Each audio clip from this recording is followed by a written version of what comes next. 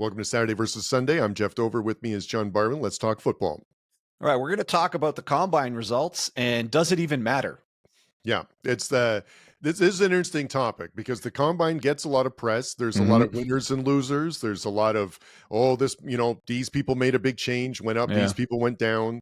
But I think it's a more important question is like, does it matter in the long run? So we can cover that today. And historically, you could argue it kind of doesn't. So some of your best players don't even show up to the combine, so that alone tells you it doesn't matter. Yeah. But then the other way around it is, did it bring to some GMs and some coaches' attention a player that they might have been overlooking, and then that player becomes a clever or smart pick that they just didn't realize the player had that kind of ability. But then again, these coaches and these teams have a ton of scouts. They've got all the film. They already know all this stuff. So in the end, it's like, okay, a couple of guys really flashed at the combine, but does that really change your opinion of them? Like, for example, this defensive line class looks amazing. And, Abdul Carter's tape looks really good, but did James Pearce really change everything because he ran the fastest 40? I mean, you don't need to run 40s at defensive end, and a couple tenths of a second faster. Does it change anything? That's impressive. It's just all we have to talk about right now. But do you either like Abdul Carter or you don't? Doesn't matter what he's not there. You can't see his numbers because he's just not there. I'm sure they'll go see him at the pro day. But again, and a lot of these guys are going to do their pro day thing at their college anyways. So maybe the combine's just a spectacle for us to BS about like right now. Or do you really think coaches really make a decision based on just what they saw here? Yeah, I don't know if they make it based just on what they see here, but it absolutely does influence them because there's always examples of people moving up or people moving down based on the combine results, you know. And but the greater picture is that if you could accurately predict who's going to be great in the NFL and who isn't, and you would just rank them from like 1 to 200, then there'd be no surprises at the draft. Like because you can't, because there's so many variables involved, like in terms of how hard they work and motivation and things like that. So, and the physical attributes is a part of it. It's a contributing variable, but it's not the whole thing. So, and it just remind every year people get really jacked up about the 40 time, right? They're like, oh, that guy's 40 was really good. That guy's 40 was under the 4.4. And I always remember John Ross. He was a wide receiver for Washington who ran a 4.240, and he didn't do anything in the NFL really. Like he had some injuries and stuff and never worked out. But then you have Worthy who ran a 4.240 and looks like he's going to be really good for the Chiefs, so it doesn't guarantee success, but I mean, it's hard for it to be completely uncorrelated, right? But but like you said, like Pierce is a good example. Like that's then you got a guy like Cooper Kupp who doesn't blow you away with his metrics, and he wins the Triple Crown and was essentially unguardable, and he was the offensive reason they won the Super Bowl. So you put it this way, you can find examples on both sides of this. Yeah. You could say the combine numbers completely don't matter, or you could say the combine numbers did translate, and you could find examples in both cases. Yeah. So Kupp's 40 time was 4.62, which nowadays would be considered really not good for like a wide receiver. And his vertical jump was 31 inches, which isn't terrific for that. It's good for a pro athlete, but a lot of guys could go higher. Yeah. And then he, like, as you said, then he almost had 2,000 yards receiving in 2021. So there's a lot more to it than that. And the Triple Crown is rare, and he got it, right? Yeah. So another good wide receiver example with that is Anquan Boldin.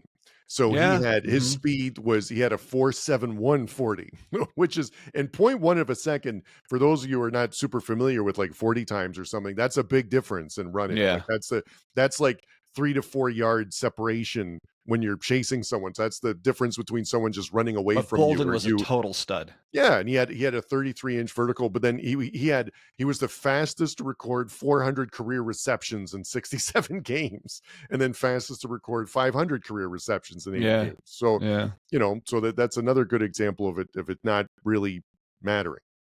But I mean, it's I don't want to say it doesn't matter, but it's like it shows you how important all those other variables are, like the Well, hard work the and the ones you can't quite measure, and they have not yes. even. It's not a drill. It's not. It's just in game. The best example. So me and Dover are both Gator alumni. The best example I can think of is when the Gators had 2 Olympic sprinters on the team, Mm. as well as Percy Harvin, Hmm. and Percy Harvin was so much better than they were. Like he Hmm. was just. He looked faster on the field, Hmm. and he was just like leagues above them as far Hmm. as how he looked on. No, but Dempsey and Rainey, they were both Oh, that was actually awesome. on the Olympic sprint team, Yeah. and they couldn't hold a candle to him once they got on the field, and they were good on the field, but Harvin was in another league. Yeah, no, Harvin was really good. I'll never forget that when because Rainey was on the team first. He was from Lakeland, Florida, and then Demps was on the team, and there was a lot of buzz on the team and like who's faster. And it was early on when Demps got there, and they were like, we should go settle this now. So they ran in the parking lot at like midnight to see Mm. who was faster. I mean, there was like dozens of people showed up just to see them run in the parking lot. So it was awesome. So apparently it was a tie, I think, and then Well, but anyway, but it was because it would have been really tough without all the yeah. equipment. But yeah, Mhm. no, you're right. There's something about on field speed, in game speed versus track speed, and it Yeah, doesn't there's just always a correlate. in the end, it's just can they play? And the Yeah, tape, you always have to go back to the tape. I mean, I'm trying to think. Yeah, I don't know. I actually don't think it matters. I yeah, think it might help out a couple of players here and there to just yeah. get a couple of eyes on them. But I mean, do we want to get into some of the chatter about some of these guys and just discuss, do we even think it matters? Like what Sure. the, I mean, just to your point there, like I think that's a great example. I think that not so much in the first round or second round, because these are going to be some players who are really good in Mhm. college or showed like really separated Yeah. themselves. But then like rounds 3 to 5, I think is where you'd really get some movement. So someone might have been a 5th round pick, but then has a good combine. And so now there might be a 3rd round pick or something. Like Yeah. I think that's where you would see more of the difference. So, and Mhm. like you said, with someone that are coming in with almost no hype and then getting some at the Yeah. combine. So I think that's where you see more of the biggest difference. So I mean, what do you think the one thing as for what could hurt them is just a bad 40? no, Like even if they're I think crisp in the drills and everything, do you think I think that's the it's one really they bug them? I think No. it's really position dependent. So I think Mm. that for example, the Orlando Brown, that was he had a terrible combine, went on to be a Yeah. really good tackle, but Yeah. he benched like 20 reps or something, which is bad for like a lineman. And Yeah. the bench press in general is correlated to blocking because that's the That's a good point. same Yep. general movement you're doing. So so I think it really depends on the position, but yeah, I think Yeah. depending on what Yeah. position you are and if you do poorly I think for the defensive players, I think like the cone drill is really important or the broad jump stuff's really good because that has a bit more of athleticism or explosiveness. But it's Yeah. yeah, so I think it really depends. But to your point too about the defensive line was that I think everyone knew going in, the defensive line at this year's combine or at this year's draft is pretty deep, and the combine supported that Yep. because there Mhm. was a lot of good 40 times bench press cone drills, like Yeah. down the list A lot of freaky for athletes. Yeah. yeah for defensive line and edge rushers and with some of the tackles, D tackles Mhm. too. So that does it really, to your point, does it really make a difference? Probably not, because they sort of knew that going in, but Yeah. I guess it's confirmed when you see it in the combine. Yeah. And then you have something like a couple of players like Tez Johnson weighed in at like 154 pounds, which Yeah. is even smaller than they thought. And so he's kind of on the list, or he's on some people's lists of who did the combine hurt. But Yeah, when you go back and watch his tape, he's always open and I no one know. can cover him. And I don't even Yeah. think he ran that fast. So Yeah. for like a light guy, what's going on here? But maybe he's Mhm. just not great at the takeoff on a 40. I don't know. But Mhm. but if you just watch his tape, you just like, okay, so nobody can seem to cover this guy. And Mhm. once he's got the ball, he's twitchy as hell, and he finds his way like yards after catch. He's good at that too. And Mhm. then when you think about it, well, he's playing against good players. Like he was twitchy against, and he Mhm. looked good against Penn State. They've got NFL defensive players all over the place. Against Ohio State, they got NFL defensive. Yeah. So, I mean, what else would you rather watch him against actual players in a real game, or would you rather watch him run 40s and jump around in a cone drill or whatever? Yeah. So 5'10". Whoop. 5'9", Excuse me. 5'10". So the 5'10", 154 pounds, like you said, 4'5", 40 dash. So it wasn't super good. But yeah, like you said, I remember watching him play, and he was a difference maker on the field. Yes. So that's going to mean something, Yeah. So you just, I don't know. I guess I don't know that we're ever going to get an answer. Like another one that on a list of who seemed to have hurt their draft stock was Omarion Hampton. But I don't know, like he ran a 4.59 or something, but he's really good. Like his tape was really good, and his production in college was really good. So I don't know that's gonna hurt. He had a 4.46. So did he got to? Yeah. So Hampton, okay. I thought he was rated as one of the ones that showed pretty well. Like I've seen him on a couple things where he was overall, it was not bad. No, then maybe that was one of his earlier runs. He's 1, 2, 3, 4, 5, 6, 7, 8, 10, 11, 12. 13. He's like the 13th fastest running back. Okay. So that's even at that number, he's the 13th fastest. Yeah. Okay, so I guess I don't know. I don't know. I wonder if they're debating this all the time too, or if they must have I'm assuming they have some kind of rubric where they weight what these numbers matter versus their tape and versus how they play against other teams. I mean, Jalen Milroe, apparently his hand changed size. And one of the guys was saying, well, I think it was Ross Tucker. They're saying, it could come down to just the technique of the person measuring. Oh, like man. Each part, because you just do the width right from like here to here. And if you apparently they can massage your hand and do stuff to get you to get a little bit wider for the second measurement, or just the technique of the guy measuring can it be off by a little bit. But I don't know. Yeah, I don't want to get too much in the stats here, but the intra-rater reliability thing is a big deal. And there's a lot of measurement stuff and research, like even with imaging or orthopedic tests and stuff. And it's not 100%. So that's the important thing. Like it's 0.9, 0.8 correlation or something, which is good. Right. But that means that 2 times out of 10, you're going to get a different number than someone else, even if both of you are really good at it. Right. So yeah. So that for something where like it's, the hand is like 9 3/8 or like 9 7/8, like that. That's a big. To some people, that's a big deal. So yeah, but that's probably a meaningless distinction between the two. So do you have anybody else that kind of, if we're going to consider stock rising, do you have anybody that's there was that safety for South Carolina, right? So like he had, because he was one of the ones that, and again, I don't know if it really makes a difference, but like he looked good on the field. Yeah. He was already predicted to be pretty good, but he really solidified it with the combine, right? So, that's a good thing. So yeah, Matthew Golden. Yeah. So that one actually, that I think actually, that's a good example of that would have, again, I don't know if it's going to directly translate in NFL success, but that increased Golden's stock significantly, mostly because Bond said he was going to be the fastest one at the combine, and he's at Texas, and Golden is his teammate and ran a significantly faster 40 time than him. And the worst was when they did the camera overlay with those two against Worthy, and he was the slowest, but he had the biggest mouth.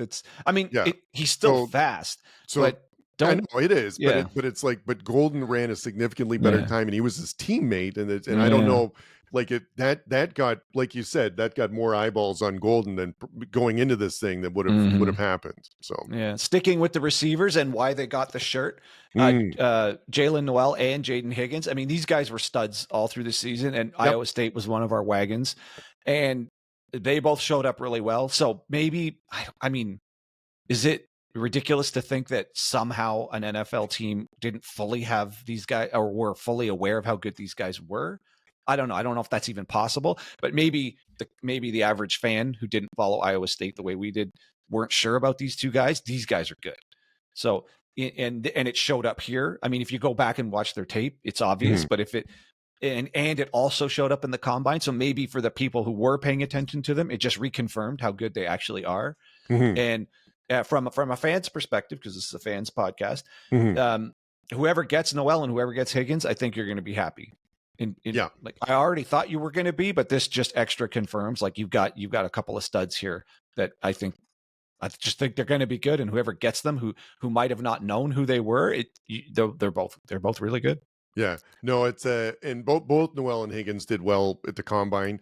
Noel had a 4.39 40 dash, which is great. Yep. Vertical jump of 41.5 inches. Right out of the gym. Yeah. And he can bench press 225 23 times, which is like, those are that's specimens, right? Those yeah, are just total specimens. So it's listed at 5'10", but almost 200 pounds. Like that's a solid dude right there. Yeah. So yeah. So that's I think you're right. I think someone's going to be really happy with someone like that, not solely based on the combine production, but what they did at Iowa State, you know? So, because that's another good example of you're playing at a team like, because both of them had 1,000 yards, I think, this year, so. wasn't that?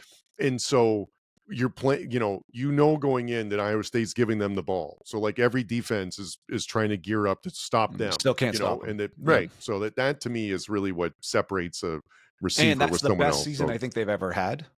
So yeah, it's partly due to them. Now I have an interesting name here is Devin Neal. Yeah. Running back for Kansas. If anyone's paid attention to Kansas the last number of years, this guy always, to me, just jumped off the screen. Like that's an NFL running back for sure. Mm-hmm. And I don't care if his numbers weren't good. I think anyone who trusts what they see on the field will know that this guy's good no matter what happened at the combine here. But I wonder if it's a bargaining chip for or against the agents. Like I wonder if agents can talk them up to a higher salary just based on some of these numbers, and then the GMs can talk them down saying, yeah, he's slow, so we're only giving him this number. Yeah. No, I mean, you're right. I think that he was like the fourth slowest running back time, which is not great, in terms of that. He had a 4.58 40, right? But he's 5'11", 213, which is that's fire a big hydrant. Yeah. It's a big back, and he had a 10-inch broad jump and a 37-inch vertical. So it's not maybe like 10 he's a foot broad jump. 10 inches isn't very far. Yeah. I was reading mine. Sorry, that was mine. That was yours. That's yours. I have a 10-inch broad. Yeah, 10 foot 4-inch broad jump. Sorry for that, and a 37.5-inch vertical, which is amazing. Yeah. So that it's like it's not a bad athlete when he runs a 4.58 40. Like he's a fire hydrant. Yeah, I think he was a good running back. Yes, and I think part of running back is just does he run with the vision that works in the scheme that he's going to be in, sort of thing. Mm-hmm. Yep. So Ollie Gordon looks really smooth. Mm-hmm. And, he didn't have a great year this past year, but the year before he looked amazing.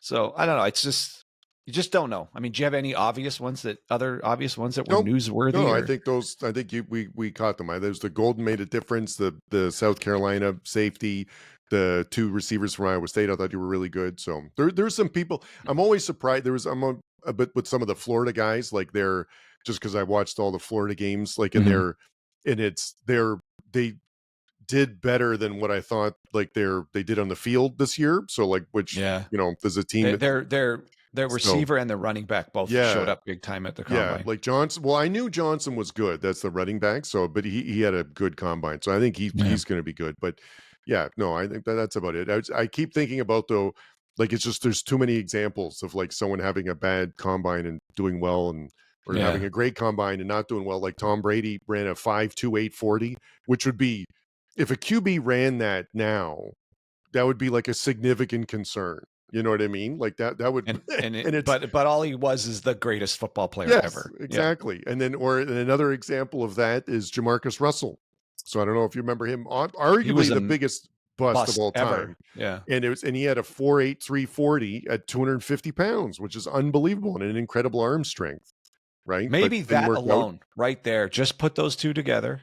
Yeah. And say combine does not matter. Well, my other best comparison was the Orlando Brown, which you already talked about because he didn't have a great combine, but he went on to be an amazing lineman. And then another great comparison is Tony Mandarich. I was just about to say universally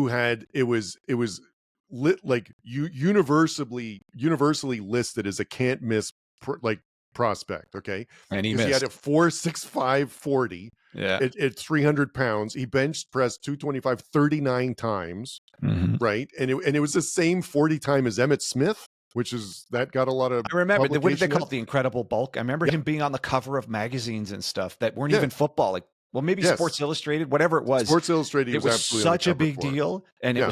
it was just such an underwhelming player. No, it was a terrible, did Yeah. very poorly in the NFL. Now he came out later that he took a lot of steroids at the time of the combine stuff, so that would explain some of the performance things. But Yeah. but still, like, it was, that's, man, it was not the only other one. The example I wanted to talk about too is where the combine didn't match up was Gholston. You remember him? He was Vernon Gholston. He was the defensive end for Ohio State. He was great.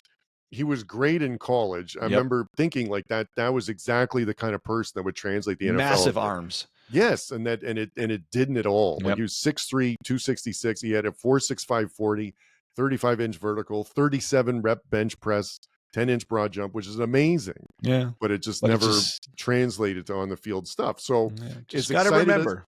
As excited as I get when we talk about some of these examples, like who did well in this year's combine and stuff like that, it does not equal, does not 100% correlate to getting a good player.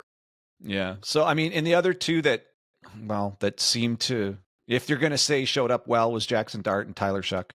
Yep. For people who didn't pay attention to Louisville, I think Shuck's going to be a steal in this draft. Like, I've got a soft spot for McCord, obviously, but Shuck, I think, I mean, we've talked about this. I mean, if you watch Louisville, you're like, this kid's got something going on here. And I think he's going to be a steal. And I always liked Dart, but Dart didn't come out of nowhere. Like, people, he was in a high profile position under Kiffin at Ole Miss in an offense that requires him to throw the ball around. So those two seem to show up. And I don't think Will Howard maybe underwhelmed, but I don't think that matters. He just won the national championship. So it's just going to matter on the field. Really. It's just, I guess from a fan's perspective, to close this out, if your team drafts one of these guys who ended up on one of these, like, their draft stock went down here and you weren't really sure about this player, you didn't follow them in college, but then your NFL team picks them, don't put much weight on this. Like, we've just reviewed how inconsistent this can be and how it just never really adds up. And on draft day, if you're like, oh no, that guy was a bum at the combine, like, who cares? Like, it's his college tape that matters. And on the other side, don't be too excited if the guy, oh, that guy's the fastest guy at the combine. It's like, well, that doesn't always matter. Yeah, no, I think that the important thing is what they're going to look like in preseason when they're actually lining up against people, because all the rookies going to get more time at that time. And then and then in season, that's really what you want to look at.